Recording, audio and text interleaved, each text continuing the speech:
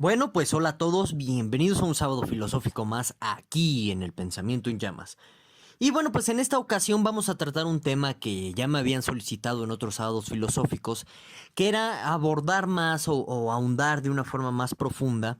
sobre la relación entre la filosofía de David Hume con, bueno, pues el pensamiento del liberalismo económico clásico de Adam Smith. Entonces, pues vamos a hacer eso en este sábado filosófico. Nada más te recuerdo brevemente que en el fotograma de este sábado filosófico, pues te puedes encontrar una serie de textos que yo te recomiendo a modo de bibliografía por si gustas ahondar más por tu propia cuenta en la cuestión que vamos a tratar, ¿de acuerdo? Y bueno, pues dicho eso, ahora sí vamos a comenzar. Miren, pues lo primero que habría que tener en cuenta es la naturaleza de la relación entre David Hume y Adam Smith. Muchos han especulado sobre la intimidad de ambos, muchos han tratado de incluso tratar de vincular, digamos, como varios principios del texto de Adam Smith de la riqueza de las naciones con la teoría de los sentimientos de David Hume, y a veces este tipo de vinculaciones se pueden dar muy forzadas o se pueden tergiversar tanto las ideas de Hume como las de Smith, y pues eso no nos puede llevar a nada bueno, ¿de acuerdo? Entonces, lo que yo recomiendo, y justo es lo que voy a hacer en este sábado filosófico, es tratar de entender la relación epistemológica que existe entre la famosa mano invisible de Adam Smith y ver si se puede sustentar a partir de pues la teoría de las emociones de David Hume, que bueno, pues por supuesto para entender o bueno, para explicar este tipo de relaciones de la cual voy a abordar, pues nos vamos a meter un poco a la cuestión de la teoría de las emociones de David Hume, y también pues vamos a explicar algunos detalles de la cuestión de la mano invisible de Adam Smith, ¿de acuerdo? Y bueno, quizá sería muy bueno comenzar con la cuestión de la teoría de las emociones, diciendo que hay un punto nodal y fundamental a partir del cual tanto Hume como Smith difieren, ¿no? Y es el tema de la empatía, que bueno, en su tiempo se le denominaba simpatía. En fin, hay varias variaciones conceptuales, también semiológicas en torno a ambas nociones, las cuales pues ahorita no vamos a abordar porque si no nos desviaríamos mucho, pero bueno, pues vamos a usar para los fines explicativos de este sábado filosófico tanto simpatía como empatía de forma intercambiable, ¿de acuerdo? Para que podamos avanzar de una forma más fluida. Entonces, como les decía, sí habría que de pronto marcar varios matices importantes entre el concepto de simpatía que tiene Hume en su teoría de las emociones, como el concepto de simpatía o empatía que tiene Smith en La riqueza de las naciones. Miren, por un lado, para David Hume, la simpatía es pasiva. ¿Qué quiero decir con ello? Que digamos que el ser humano, ya para David Hume, ¿verdad? Ya nace con cierta capacidad receptiva de simpaticidad, lo cual implica o lo cual significa que nosotros por propia naturaleza humana estamos como condicionados a simpatizar o empatizar con los sentimientos, las circunstancias adversas de los demás, ¿de acuerdo? Entonces, fíjense, esto es interesante en este sentido también, pues David Hume en algún sentido se acerca a su otro gran amigo que era Rousseau en torno a lo que se conoce como el mito del buen salvaje, que bueno, quizás ya algunos lo conozcan, pero básicamente la idea es que según el contractualismo de Rousseau, pues el ser humano nace en el estado de naturaleza en relativa calma, en relativa felicidad, hasta que pues comienza a formar sociedades en donde comienzan las envidias, las intrigas y un montón de situaciones adversas al propio ser humano, lo cual lo lleva a ser ruin, ¿no? Entonces es la sociedad en Rousseau la cual pervierte al ser humano, por así decirlo. Pero justo para que Rousseau pueda partir de este punto de vista de pues lo que hace la sociedad en torno al estado de naturaleza en el ser humano, pues bueno, tiene que suponer o tiene que partir de la premisa de que el ser humano en cuestiones de empatía o de simpatía nace con una inclinación natural a congratularse y a preocuparse por las adversiones que le ocurren a sus semejantes, ¿no? Entonces, en este sentido, digamos que Hume es bastante rusiano en torno a su misma noción de simpatía. Bueno, entonces, a partir de ese punto de vista, digamos que la teoría de los sentimientos morales de David Hume estaba orientada más que nada a propiciar el sentimiento de simpatía de la forma más abierta y abyecta posible dentro de una sociedad. Porque claro, no perdamos de vista que David Hume es un escéptico con respecto a la racionalidad, y en este sentido Hume rompe con los paradigmas y los estándares de su época, de pues bueno, propios de la Ilustración, en donde se veía la racionalidad como este faro de esperanza, como este faro de luz hacia una sociedad más civilizada, ¿no? Entre comillas, una sociedad que pues llevaba, bueno, con la mano o de la mano del progreso científico, pues podríamos arribar a un estado de bienestar mejor, ¿no? Entonces, como les digo, Hume era muy escéptico con respecto a la cuestión de la racionalidad. No perdamos de vista la famosa máxima de David Hume, la cual nos dice que la razón es esclava de las pasiones, y entonces eso ya nos resume, pues en gran parte, creo yo, la teoría de los sentimientos morales en torno a el escepticismo, como les decía, de la razón,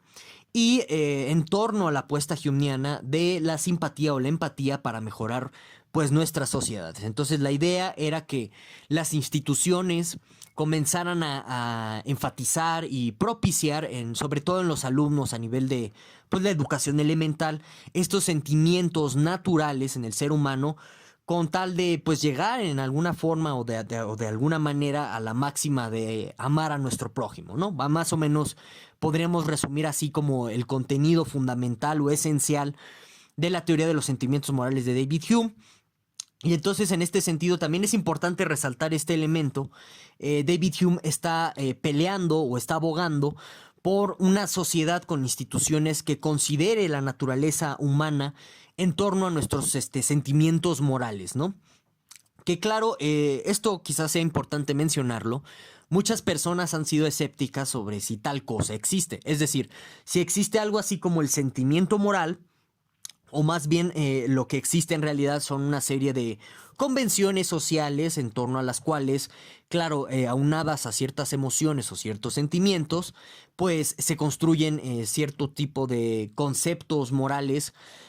con carga sentimental o sentimientos con carga moral, como por ejemplo la compasión, la maledicencia, etcétera, ¿no? En fin, aunado a eso o dejando eso a un lado, ahora sí es importante entender que Adam Smith, a diferencia de David Hume, él no veía la simpatía o a la empatía como pasiva. Es decir, lo que entendía Adam Smith por la simpatía era un sentimiento moral creado en sociedad y no como algo natural en el ser humano con la cual pues podríamos como simpatizar o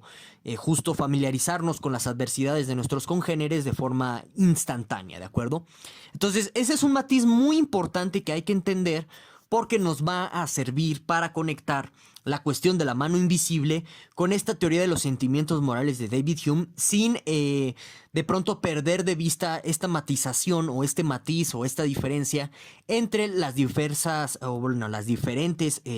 concepciones de la empatía tanto en Hume como en Smith, ¿de acuerdo? Bueno, entonces, como les decía, Smith no ve a la simpatía o a la empatía como un sentimiento natural con el cual nosotros nacemos, sino que lo ve en términos de practicidad o en términos de facilidad social. Es decir, recordando un poco, por ejemplo, a Hobbes, que en el Leviatán él ve a la moralidad como una especie de instrumento social para que pues no vivamos en guerra con nuestros semejantes y se mantenga el contrato social y esta cuestión del soberano que pues atemorizando a todos en alguna forma o de algún sentido, el ser humano se mantiene a raya de sacar su propia naturaleza lobezna, vamos a llamarla así, ¿no? Su naturaleza tiránica hacia sus semejantes. Bueno, pues digamos que Smith, fíjense qué interesante, está más cargado del lado del contractualismo hobbesiano, a diferencia de Hume, que parece estar más cargado del lado del contractualismo rusiano, ¿no? Bueno, entonces, como les decía, Adam Smith lo que está tratando de abogar es por la empatía o la simpatía como una construcción puramente social, a partir de la cual pues las personas en sociedad pueden vivir en relativa calma y en relativa comodidad, ¿no? Pero digamos que partiendo de la base hobbesiana del hombre como el enemigo del hombre,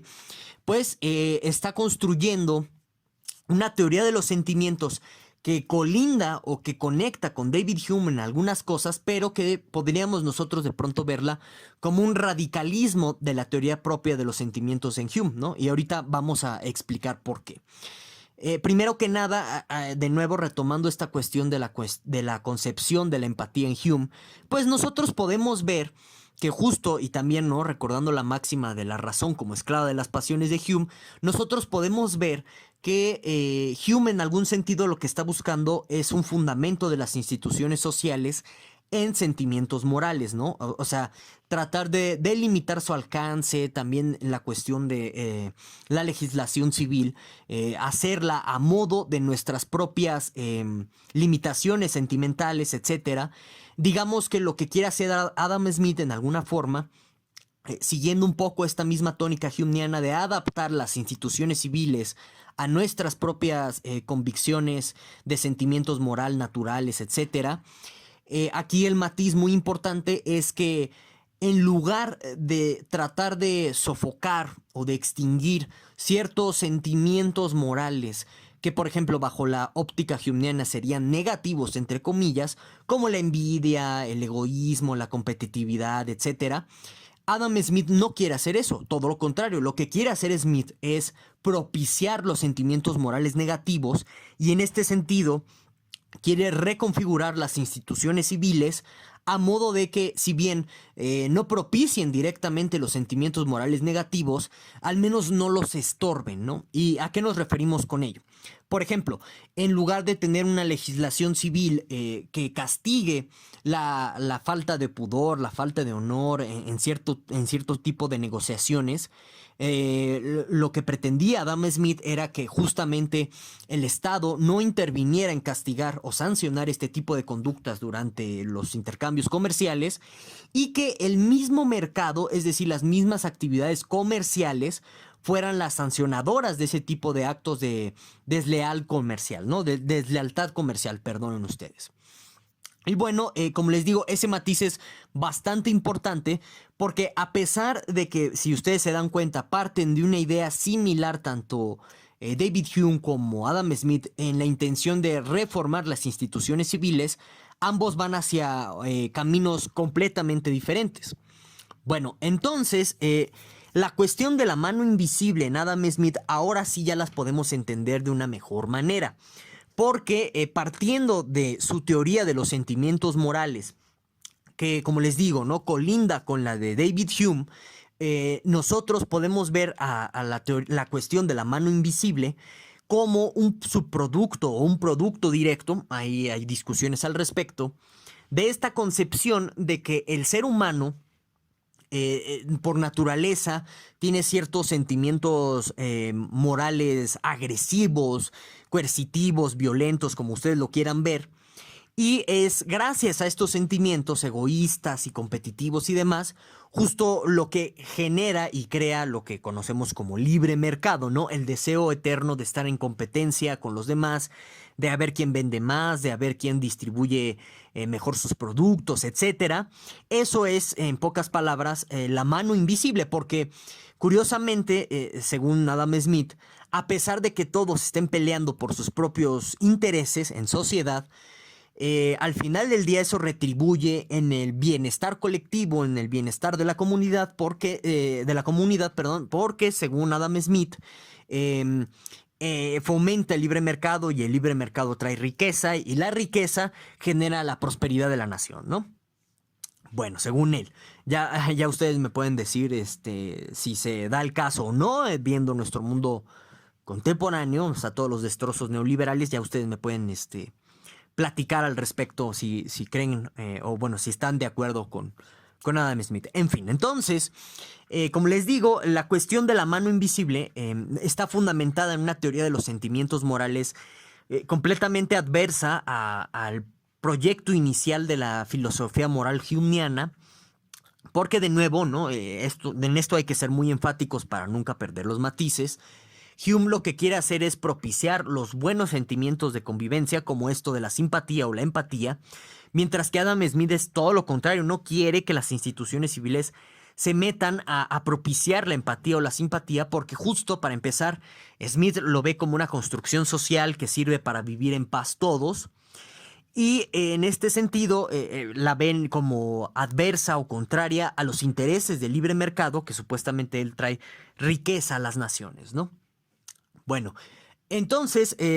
para resumir un poco lo que hasta aquí hemos dicho, de nuevo, digamos que David Hume,